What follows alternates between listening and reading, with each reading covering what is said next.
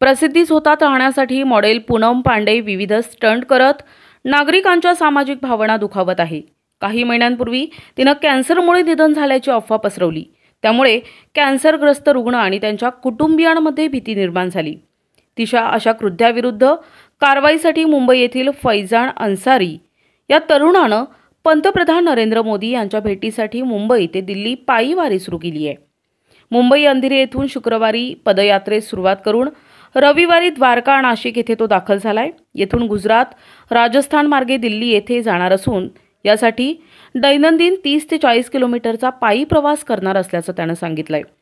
पूनम पांडेनं कुठल्या न कुठल्या स्टंटबाजीनं प्रकाश झोतात राहत नागरिकांच्या भावना दुखविण्याचा प्रयत्न केलाय।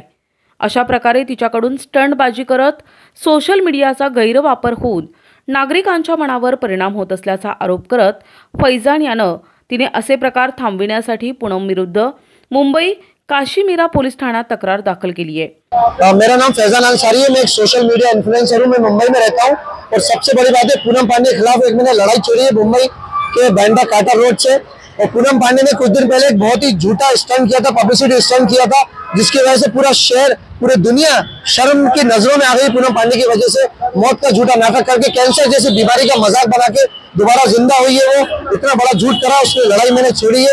अभी मेरी सुनवाई नहीं हो रही है। मैंने मुंबई में कंप्लेन करी है, मैंने पूनम पांडे के होम टाउन कानपुर में कंप्लेन करी है, लेकिन मेरी कोई सुनवाई नहीं हो रही है। मैं थक हार के पैदल मुंबई से दिल्ली जा रहा हूँ। अभी मैं नासिक में खड़ा हूँ, नासिक तक आ गया हूँ। मेरे खिलाफ लोग जुड़ते जा रहे हैं, लोग हजारों लाखों लोग दुआएं दे रहे हैं मुझे, मेरे सपोर्ट में आ रहे हैं। मैं चाहता हूँ पूनम पांडे को तुरंत अरेस्ट किया जाए, उसकी गिरफ्तारी की मांग करने दिल्ली जा रहा हूँ। और किसी भी इंडिया के गरीब कैंसर अस्पताल में पूनम पांडे कम से कम 1 करोड़ या 2 करोड़ रुपए डोनेट करे, वहाँ पे वो पैसे दे ताकि गरीब लोगों का इलाज हो सके। मेरी ये सरकार से मांग है, इसके लिए मैं दिल्ली जा रहा हूँ।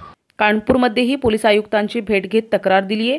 अद्याप त्यावर कुठलीही कारवाई झाली नाही। त्यामुळे कारवाईसाठी शेवटी त्याने नरेंद्र मोदी यांची भेट घेण्याचा निश्चय केलाय। त्यासाठी त्याने मुंबई ते दिल्ली पदयात्रा सुरू केली आहे।